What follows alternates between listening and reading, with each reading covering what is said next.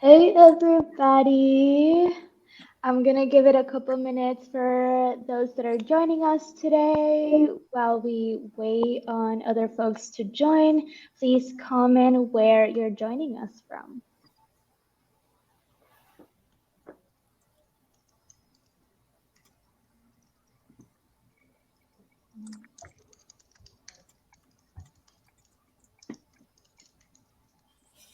Awesome. So let's go ahead and get started.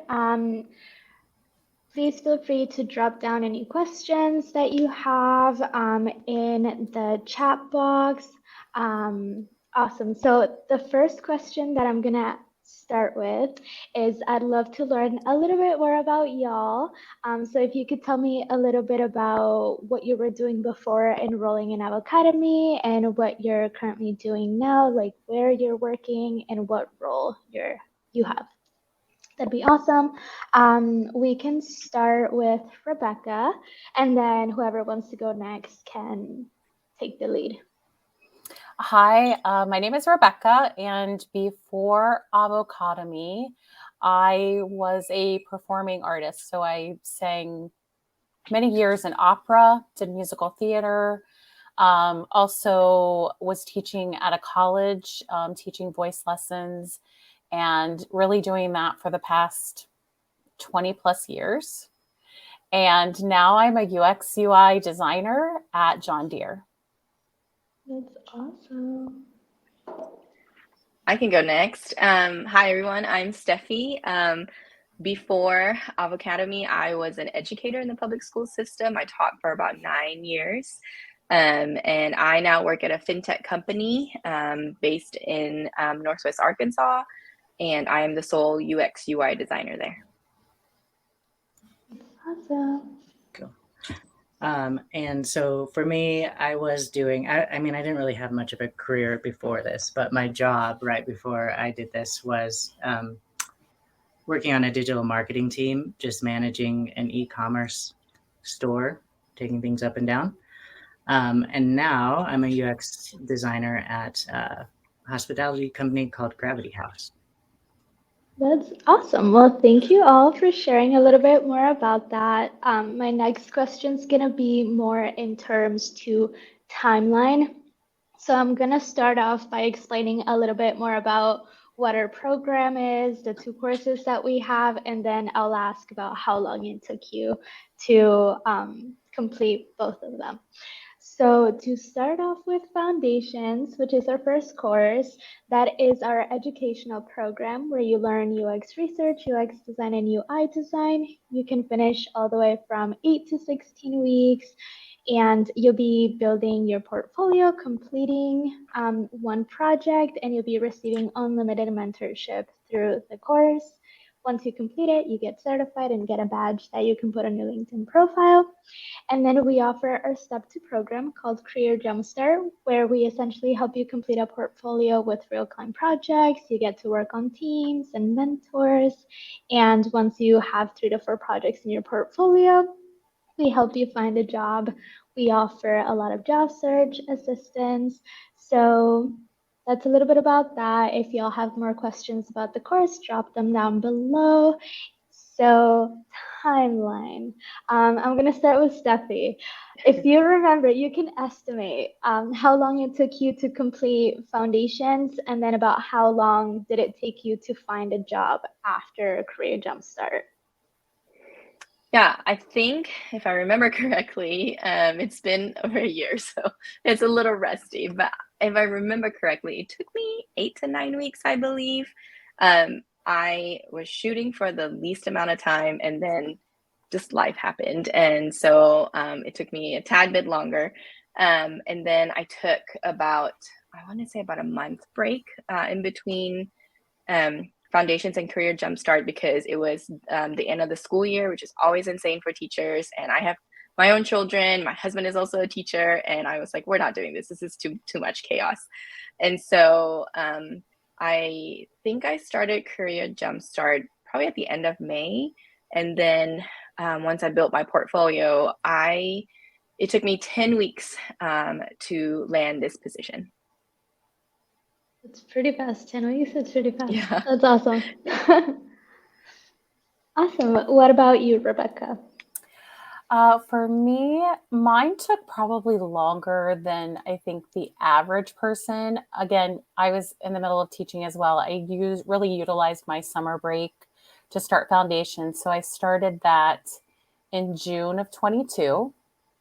And a lot of life happened to me. So I didn't quite finish until November of 22. Again, that is not the norm for people. And it's not because, of anything that the course was set up. It was all a personal thing for, on me. I then I applied to CJ right away after that in November of 22. I waited until the end of January, February to start CJ. And then again, I was trying to negotiate how long it would take me to get through my semester and begin my semester. And then after that, I started job hunting in April of 23. And I got an offer middle of July of 23. And I just started. So I'm only 2.5 weeks into my new job. So I'm very new on the job. So a little over 3 months it took for my job. That's awesome. And you, Codey? Yeah, for me, I did the course a little over 2 years ago, so maybe 2.5. So a lot has changed based, just the course itself, but also the job market. So when I did it, CJ was like just becoming a thing, so it was very formal. But I think I did the course in like 6 to 8 weeks. I was fortunate that my job let me like dedicate some of my work time towards that because it was actually helping what I was doing there. So I did that. And then I think after that, it was kind of a long stretch of kind of like half trying, half not. And so, but I would say after I got my third portfolio piece, my third project on my portfolio, it was probably like 2 to 3 months before I landed a job. That's pretty awesome. And the first job that you landed, was it as a product designer as well? Yeah. I was product designer at an ed tech company. Cool. That's really awesome. And now you work at a different company. Yeah. So this is my second UX product design job now. That's amazing. That's really cool. Well, thank you all for sharing a little bit more about that. So I'm super curious about what your biggest challenge was when looking to transition into UX and UI design or throughout the process itself. Like the number one thing that you were scared of, that it was hard for you, what that was. And whoever wants to go first can go first.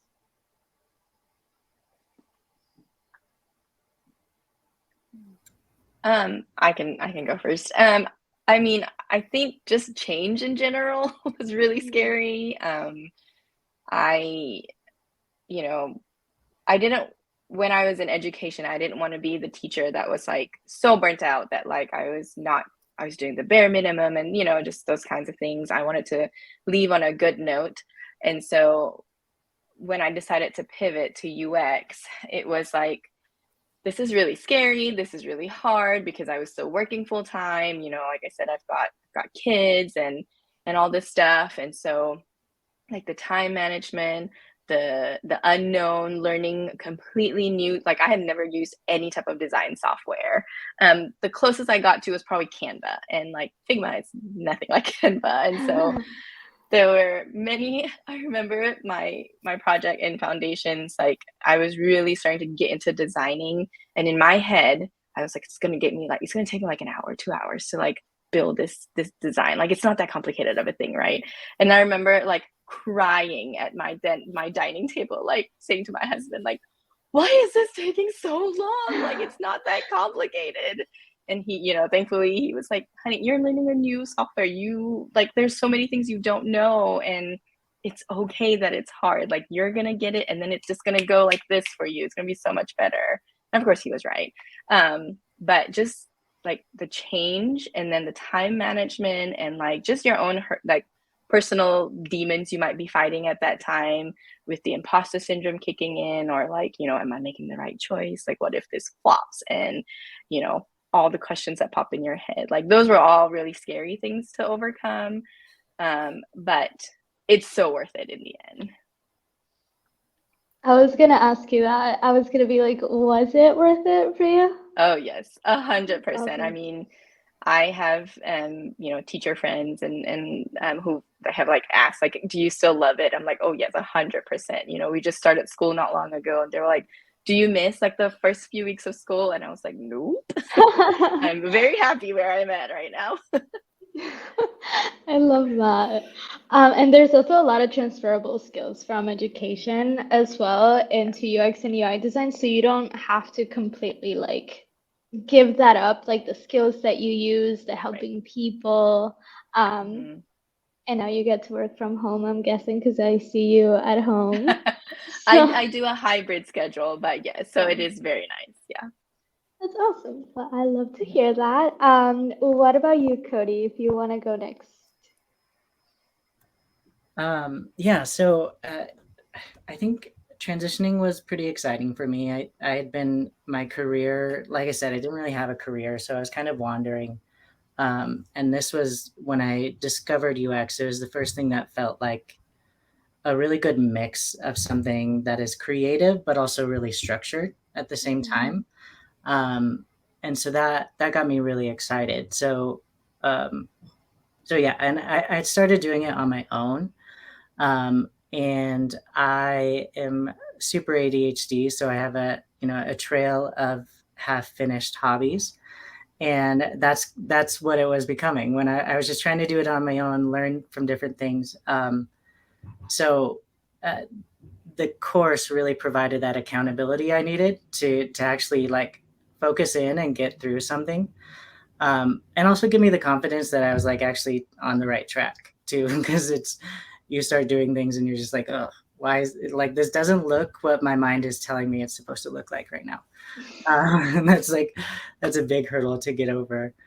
Um, so yeah, so just dealing with that focus and follow through was definitely something to that was a hurdle throughout the whole process. And um, yeah, and then actually getting the job like that, the application process, like buckle up and humble yourself because it's hard, but if you stick it out, it's worth it. So, but yeah, and it's just like learning everything, and it's like with UX, it's like you learn a concept, and then that opens up all 5 new concepts that you think you need to know. Um, so that can be really intimidating, but being able to follow something that's like, okay, like you can worry about that later, but focus on these things for now, was super helpful. And do you think it was worth it to take that leap to go into UX and UI design, like after everything, the education, getting a job, and everything else? Yeah, 1,000,000%. I've quadrupled my salary since, based on what I had before. I've been able to work from home full time for the last 2.5, 3 years. Um, it's harder. Like I think my job is harder than what I was doing before, but it's hard in a way that I feel good about when I actually accomplish something.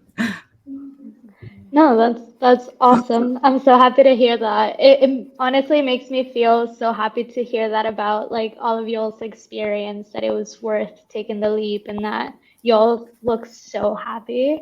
But I'd love to hear Rebecca's story too. So if you wanted to say. Yeah. So I, like Steffi, I think I definitely was concerned about the change because I had sung my entire career of and taught for 20, I didn't teach for 20 years, but singing for 20 years, teaching for the past 15 to 17, so I guess maybe close to 20 years.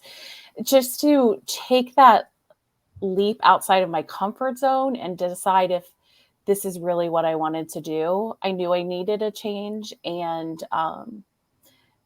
I happened to stumble upon this. And that was the other thing. I said, if I'm going to do a career change, I want to find skills that I've already spent years cultivating, and teaching and performing, a lot of those transferable skills were right there. And I thought, well, let's see how this goes. And I always gave myself an out. I don't know if we should always do that, but I did. I'm like, you know what? If you don't like it, that's fine. You can just like, you don't have to do it. But like, I kept finding myself being drawn and pulled in even more.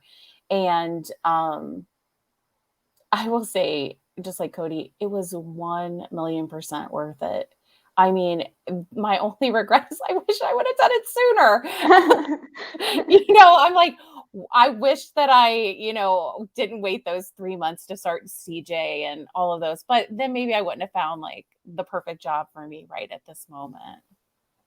And everybody's journey is different. Like I try to tell myself like everybody has their own path and their own specific time. So everything happens for a reason. But that's just like me, my point of view.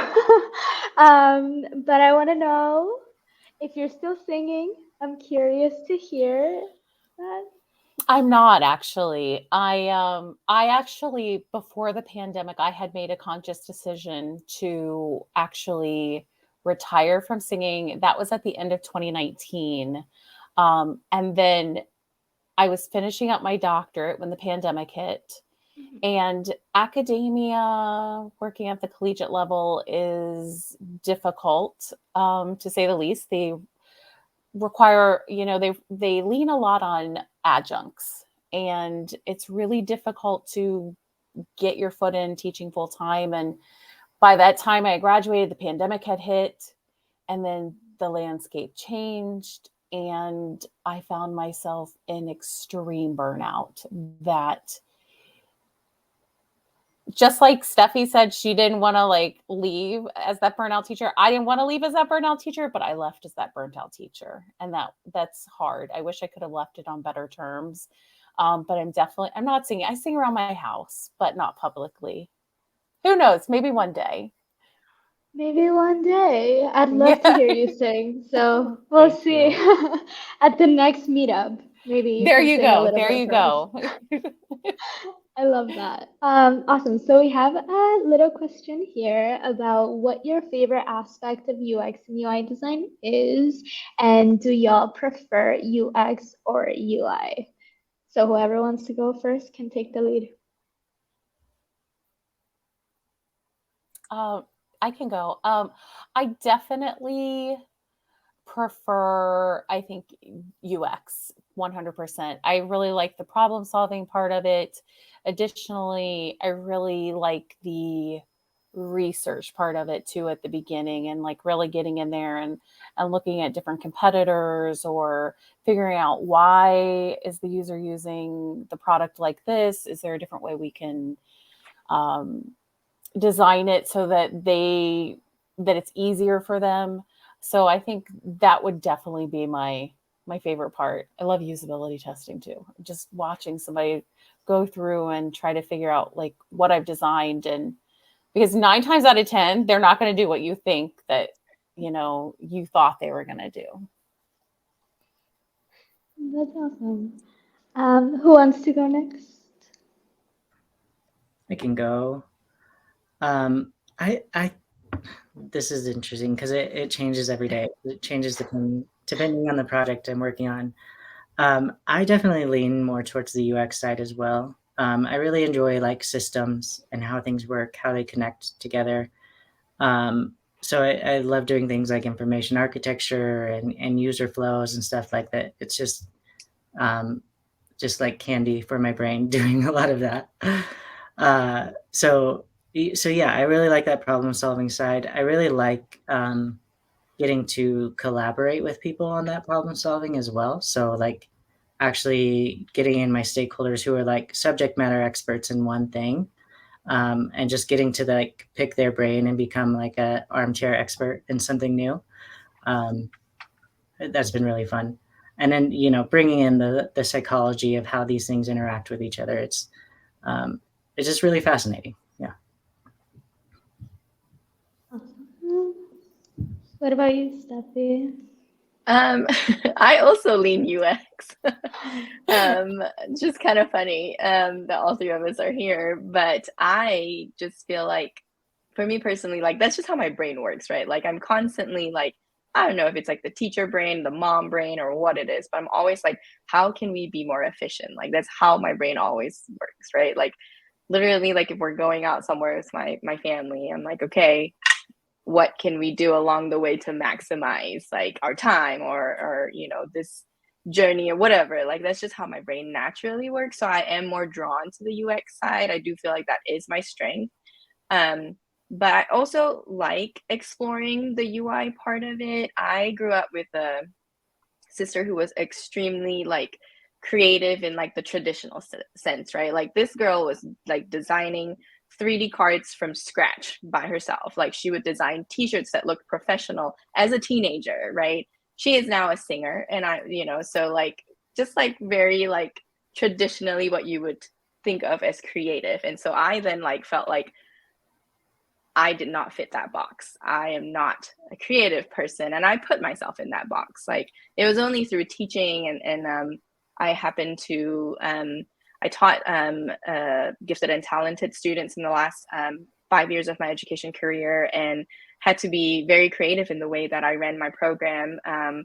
And for various reasons, but I actually had multiple people like speak to me that like, you're so creative. And I was like, what are you guys talking about? I don't design 3D cards. I don't design t-shirts. I'm not a singer. Like I'm not creative, you know? And so it's been like such a rewarding experience to like explore creativity through the UX piece, but also then allow myself to be like, you know what if I try this UI stuff? Like, I don't know a lot about it. Like you know, I'm very thankful that at my company, I have a front-end engineer who also does like graphic design on the side. And so like he's my go-to. I'll design something and then wireframe something, and then we go to the UI part and I'm like, this looks terrible and I don't know why. Something's just not working. And he, you know, we kind of just like talk to each other, and he, you know, advises me and things like that. And so it's been really fun to get to explore that piece of it. So I definitely like UX better, but also it's been really fun to get to just explore this part of myself where I felt like I didn't really get to in teaching. No, and it's awesome that all of you enjoy UX so much because it makes a lot of sense from like y'all's backgrounds, like from teaching to even doing social media management or marketing in general. Like it's very problem solving, very like empathetic, and always like very storytelling. And you all have that creativity in you too.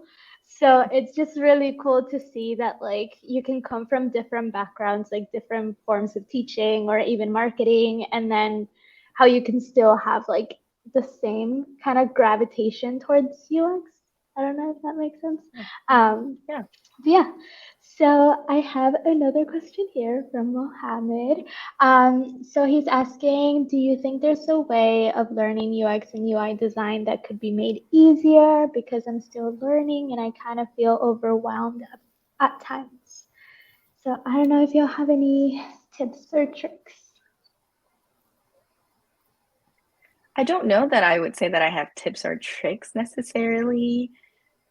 I think it is overwhelming to learn this stuff, right? It's and I'm not sure what your background is, Muhammad, but like for me, coming from teaching, like I said, I had no experience with like any design software and things like that, and it was hard. And the thing with UX though is that it's a field that like has, kind of like Codey said, like structures and stuff in place, but it's also continuously evolving, and there's no right or wrong answer. And so you kind of have to continue being a learner, and kind of hang in there. Like I hope this doesn't sound like discouraging. My goal is to encourage you that like like use this as practice to develop that like grit too, right? Because in doing this type of work, there's just going to be lots of things that you're going to have to continue learning and exploring. It's a newish feel anyway,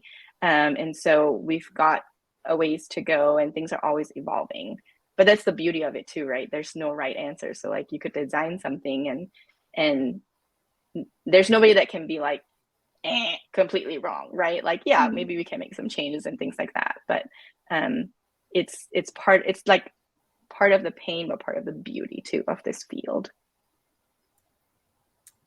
I totally agree with that. Do y'all have any opinions or advice on this that y'all want to mention too? I was just gonna say, like, the information aspect of it is, yeah, there's a ton, and like you can go super, super deep. I would say it's you are okay to stay at the surface level as you're learning it, and then eventually, save those other things for things that you can dive into later. Because if you're just at least hitting those surface level things, you're still probably going to do a really good job as a UX designer, and you can still do some good things, and then you'll be able to learn as you make mistakes, but hopefully they're small. But I think the learning by doing is, for me, like, I have to have a place to apply it for me to actually understand it and retain it. So, as much as you can practice and actually test your designs, I think that's just going to make it a lot easier and a lot more tangible for you. So, yeah, that's my thought. Yeah. I would say embrace the fact that you're going to feel frustrated and overwhelmed. I think anytime that we're learning something new, you're going to feel that way. I went from singing to trying to learn Figma. The amount of times that I thought I was going to throw my computer out the window, I've lost count, and I think the other thing for me, I don't know your situation, so I'm not, 100% sure if you're learning on your own or you're taking courses online or watching videos online. But for me, like, I did try to start like those Coursera certificate programs. I tried to like watch the videos on my own. And what I realized was that I really needed somebody to help me be accountable. And I really needed people who like knew more than me. And so that's why I joined Foundations, because it was important that, yes, it was an investment, but that investment has already paid for itself. I've doubled my salary at this point, and I'm brand new to designing. I'm not a pro in any sort of way. I've got the basics down. And I think that having mentors and a community in which you can lean on, and I think that's what like Avocademy, whether or not you choose Avocademy or any program, is that you really want to look at the community in which that's being built. And I think Avocademy does an amazing job at creating a community. I've made so many friends across like the United States, and it's been really wonderful. So I think embrace your frustrations, know that they're going to be there. But if you have like a friend that you can talk to that's going through the same thing, all the better. Maybe that friend can show you some tips and tricks along the way too, and you can teach each other. That was so well said. Thank you all for helping them out a little bit. I agree. I think, like all of you mentioned, like we don't know the situation of like, are you taking courses? Are you self-taught? Like what the process is. But my biggest advice as a career advisor here at Avocademy would be to find a mentor. I think with a mentor, like either if that's through our program or another program, or you just want to get mentorship, it can be so beneficial. Like they can tell you if you're applying concepts correctly. They can make that process easier for you, maybe in ways that you didn't think about.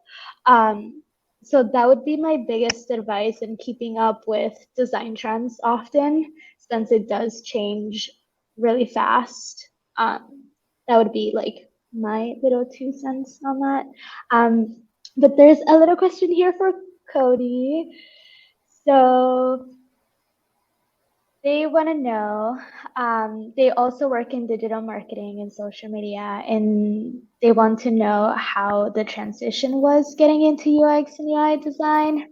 Did some of the hard skills you picked up in digital marketing help you? Yeah, I think so. When I was interviewing, the thing I focused on or really honed in on was knowing the user, the empathy for the user, understanding what they want, what is going to motivate them, and where that we would meet them. I think that's probably the biggest skill you can take from digital marketing is just understanding your audience and you know tools for finding out that information, and then also like tools for making something practical out of that information that drives results. So uh, that was a huge thing. So being able to know your audience and actually being able to derive results based on that knowledge was a big thing. And then also thinking in terms of like journeys and flows, like with digital marketing. Um, I was doing a lot of funnels and different things, and so I was like thinking of these like journey stages, and then tying that into e-commerce. There were all these stages that I had to consider and try to empathize um, with users. I didn't have the language for it at that time, but I was definitely doing a lot of the same skills that I was doing that I am doing now. So those two are big. And then one thing that almost every interviewer is going to ask you about is data. And so digital marketing sets you up for both gathering and evaluating data so well. And so many employers love to see how you actually um, translate data and make action plans based off of it. Awesome. Thank you so much for answering that question. Okay, so we got this question too, is can somebody talk about how they built a network to find a job? I was a teacher myself of 9 years, so never really built a network on LinkedIn or if we even need to build it. I don't know if any of you want to jump in. I didn't have a LinkedIn until I had one several years ago, and then I got rid of it because as a singer and teacher, I didn't really feel like I needed it. And that's really actually how I found a UX design, was getting onto LinkedIn, and which is an interesting turn. And so I'm thankful that I got onto LinkedIn. I think you definitely are going to want to get a LinkedIn if you get into UX UI design. I started just building slowly. One of the ways that I've built my network is friending. I'm older, so I don't know if that's even the term. Adding people on, I'm like friending people, on requesting to connect with them on LinkedIn if they were through Avocademy. And then through that, like you start like getting connections through their connections, and then LinkedIn recommends people, and then you start following, different LinkedIn or not LinkedIn UX designers and creators, and you start building your network at that. I would say that I am probably not the best network builder of them all. So, and I think it's just because of where I fall in my age range. But I think as someone who, as a teacher, you definitely want to start building that and just starting to follow people to stay up on trends and everything. That's awesome. Yeah, and just to add to that, so I'm by no means like a good networker at all. I follow lots of people on LinkedIn, but I don't engage or interact at all. So I just want to say, like, it can serve you incredibly well if you want to put in the effort to do that. But I don't think it's a requirement. But so yeah, if you want to give yourself a leg up, especially in this job market, I think it's something that could help. I don't exactly know how to do it other than just like making yourself visible to the world, and creating those opportunities where you can interact with people. But yeah, I mean, the way jobs work nowadays, like you definitely don't have to do that if you don't have the time for it. And I'll add on to that too. I'm in the same boat. Like it's horrible at LinkedIn and networking and all that. I just was like, this is so uncomfortable. Like I don't even do a lot of social media posting and all that. But I did start because, that's one of the advice that people give, right? Like you have to network, you have to network. And so I did, I followed people, found some famous UX designers that are recommended that just, I don't even know how I found them, but I found them and someone recommended. And so I was like, okay, I'll just follow these people. And then through connections at Avocademy, that was a big one. That's how my network continued to grow. So similar, like basically ditto to what everybody has said, but also really, I didn't use networking in that sense to find my job. I knew that was not my strength. I knew I was not comfortable doing that. And I was just aware enough of my, like, this is going to feel weird. It's going to come across inauthentic because I'm so uncomfortable. So I really did the job search, using the strategies that they tell you to do in Career Jumpstart, right? Like you apply so many, you fill out so many applications or apply to so many jobs in a week, those kinds of things. But with networking specifically for teaching, what I did start to do was start to kind of talk to some parents of my students. And I was actually coaching a robotics team in my last year of teaching. And I was telling my girls that, like, I might not be back next year. At that point, I hadn't even officially started job searching, but I knew I was headed that route. And so I told them midsummer, like at our last event together, I was like, I'm not sure that I'm going to come back. I don't want you to come back and be shocked that I'm not there. And then the parents happened to be there, and a couple of them were like, oh, you won't have trouble finding a job in the market in this area. And then later on, and then one of them said, like, also, like, just send me your resume and I'll send it to, like, the group of like CEOs that I'm a part of, and maybe somebody will have a job for you. And so when I was ready to apply for jobs, I did reach out to him through LinkedIn, because it was the only way that I could think of to reach out to him without doing the weird, like, go look up parents' phone numbers and all that felt wrong to do. And so I reached out to him on LinkedIn. I was like, hey, I'm ready to apply for jobs. Here's my resume. If you don't mind, that'd be great. And then he came back and said, we're actually looking for a UX designer. Like, send me your resume, or, and then email this director of engineering here and whatever. And that's how I got my job. And so networking doesn't have to be just LinkedIn, right? Like, you think about what resources you have and you channel that creativity that way. You just never know what's going to happen.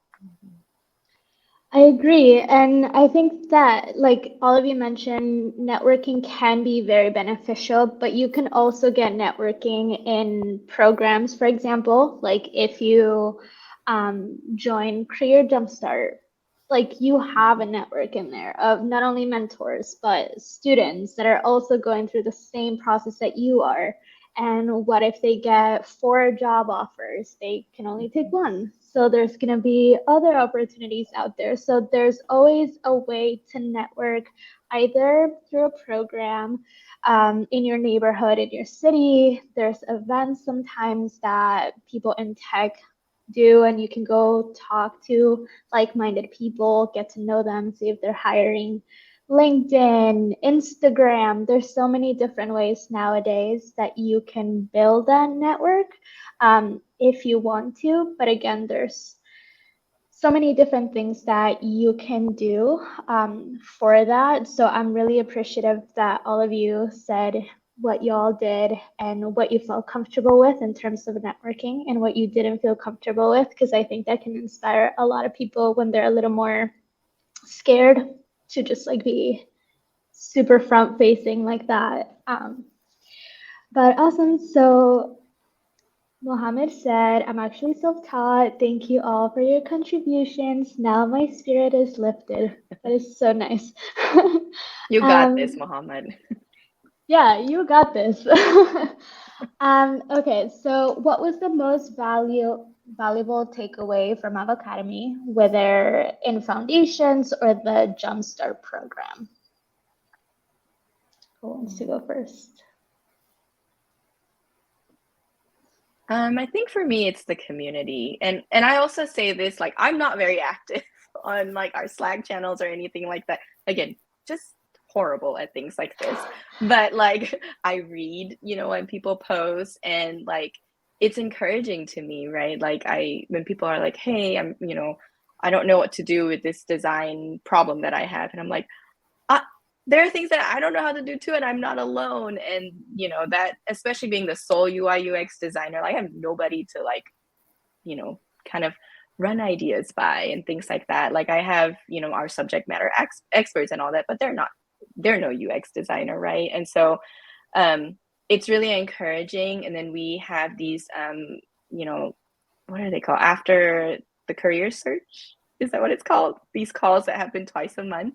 Oh, yeah, After the jump search, yeah.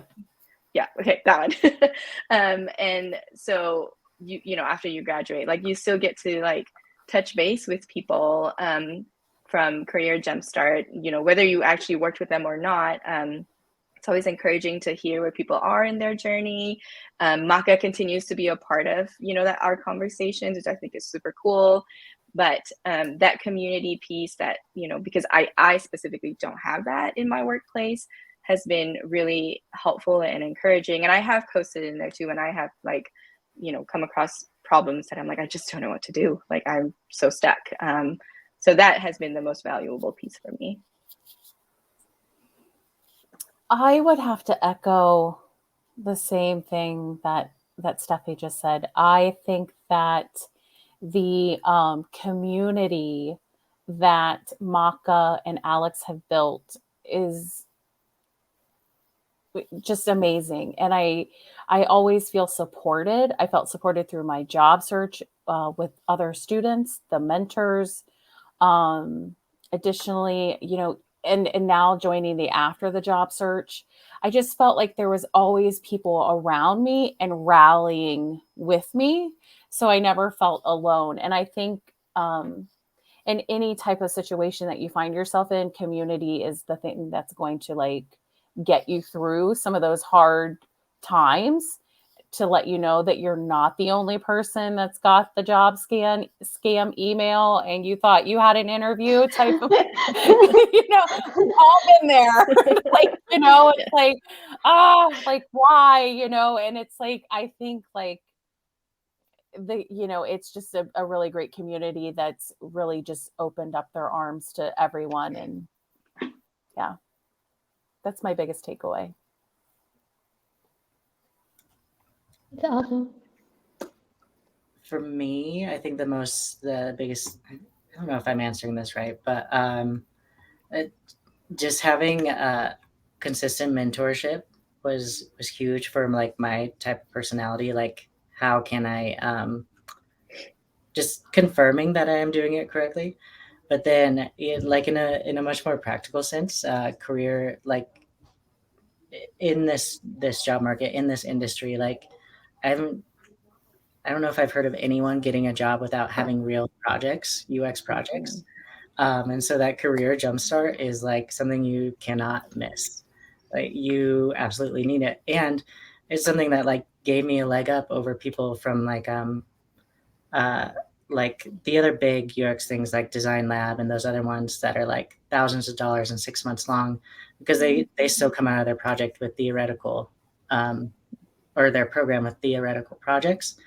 And so having that experience was that got me so far so fast. And so that was like the biggest thing that catapulted my career. Yeah, because it's also those projects that you use to talk about in your interviews, right? Like, all the questions of my interviews were like, oh yeah, in this project, and of course I don't say career jumpstart, but like when I worked on this project with this, talking about difficult clients or working with other designers and how you collaborate, like so many of those questions that they ask you in interviews, you can honestly answer because you have that experience because of Career Jumpstart. So yeah, I totally agree with Codey too. Yeah, 100%. I will say, I was talking to a coworker and I found out that they had done a program similar to CJ, and they did not have the real world experience. And that was, I will also say, that was a good one, Codey, like community and like those real world projects, because those I definitely think help you stand out. 100%, especially like nowadays, I feel like whenever you look at job opportunities for UX and UI design, a lot of people that are looking to transition into the field get intimidated by saying that you need at least 2 years of experience, at least 3 years of experience. And it's something that can be very intimidating, especially if you're not going through like a process like the one that Avocademy provides, at least because it's the one that I'm the most familiar with. But with those real client projects, it really does make it. I can't talk. I'm sorry. I can't talk today. I don't know what's up with me, but anyways, it makes a difference for sure. And it gives you more confidence, I feel like, too. When you get those questions asked, it's like, yeah, I actually did experience, I don't know, working with front-end developers because the company provided front-end developers, and it was a challenge at first. It's really important to have that experience because it can differentiate you from another person that also has those years of experience or comes from another bootcamp that does not provide any experience at all. But yeah, sorry if I can't talk, guys. Honestly, it happens to me all the time around this time. Okay, so they want to know if it's okay if they find you on LinkedIn and connect with you. So Yeah, I don't know of if you course. want to share your LinkedIn. Again, Yeah. horrible at LinkedIn, but yes, 100%. Yeah, same. You can connect with me. I am also horrible at it. But I will happily accept your friend request. And we can be LinkedIn friends. I love that. You can connect with me too if you want to. Oh no, I'm just kidding. Okay, so one of the questions that I have for y'all is, did y'all quit your jobs when taking this program, or were you still working full time? I worked full time until I got my new role. Did you find it doable to do, like balancing out the course and also working full time? I think that's one of the biggest questions that I always get. Yeah, I think it was doable. It was hard, but it was worth it. And I think, yeah, so there were some long nights for sure, but it was also, sometimes 6 weeks, like, so I know there's more options now, but like 6 weeks feels really short. But it was also kind of nice to just like force myself to get in and get it done. But yeah, it's doable. 6 weeks. I love that. How much time were you dedicating at that time when you finished it in 6 weeks? It was probably around 10 to 15 hours a week. And some of that, you could do it faster or you could do it slower. A lot of it just depends on like your, how picky you are as you're going through this process. Like if you're a perfectionist, it's going to take you a long time because there's a lot to perfect. But yeah, you kind of have to learn how to give and take a little bit. I love that. I feel you on the perfectionist side. I feel like I had been working on my wireframes for the longest time because I'm like, okay, there's too much spacing. And mind you, it wasn't like even the high fidelity ones, like the with the UI and everything. I was just like, I'm so picky and I'm so detail oriented that if it's not perfect, I get panic attacks. But that's just me, you know. What about y'all? I think, Steffi, you did mention that you were working and that's when you announced it to the girls, right? Yeah, so sort of like when I started foundations, I was definitely. Oh, sorry, did something happen? No, it's just when the cameras like flip, sometimes Oh, it gets sorry. stuck, and I'm just like, what? I was like, did I yell? Did I yell? No, no, no, no, no. So sort of for me. So when I was doing foundations, I was working full time, and then I didn't start Career Jumpstart until like the beginning, the beginning of summer. And so technically, I wasn't working. I mean, I was still like having to do like some robotics coaching, like I just wasn't working full days. But I then did quit my job before school started. It was like the week before teachers were supposed to be back at school, and my anxiety just like shot up. And I told my husband, I was like, and he had told me before, like, if you need to quit, it's fine. Like, you don't have to go back to teaching if it's too much. And I just like every day that the day got closer, my anxiety like got higher and higher. And finally I was like, this is not worth it. Like, and at that point I had like multiple final round interviews. And so I felt confident that I would get a job in the next month or two. And so I did quit my job before getting my full-time, before transitioning into this role. I also worked full time during the transition. Now, again, I started in the summer, so I already had my summer off. And I put in as many hours as that I could stand to do it and handle it. And some days they were 12-hour days just because I was like, wanted to get that information in. And then when I was in CJ, I was not on a break from school. And I was also in the middle of organizing our chapters, this huge singing competition for our chapter. And I'm outside of Chicago. So there was 350 plus students and tons of teachers, all the while I'm teaching all during the day. I'm having to coordinate a bunch of teachers and students and train people. And I was doing CJ. I had some late nights. I also had a really great checklist, and I lived by that list. And I just kept telling myself, it's only X amount of weeks. It's only X amount of weeks, and then this part will be finished. And, like the auditions thing that I was doing ended. And then pretty soon my second project ended. And then before I knew it, it was all off of my plate.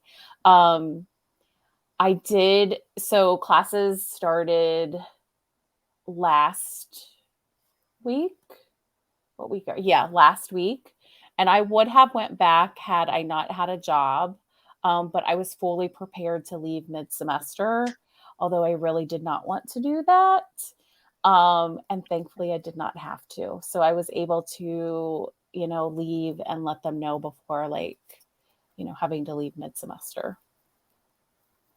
No, that's awesome, and it sounds very stressful to be managing like an entire production and also taking CJ. So it's really great to see how with time management and like just wanting it so badly that you make it happen.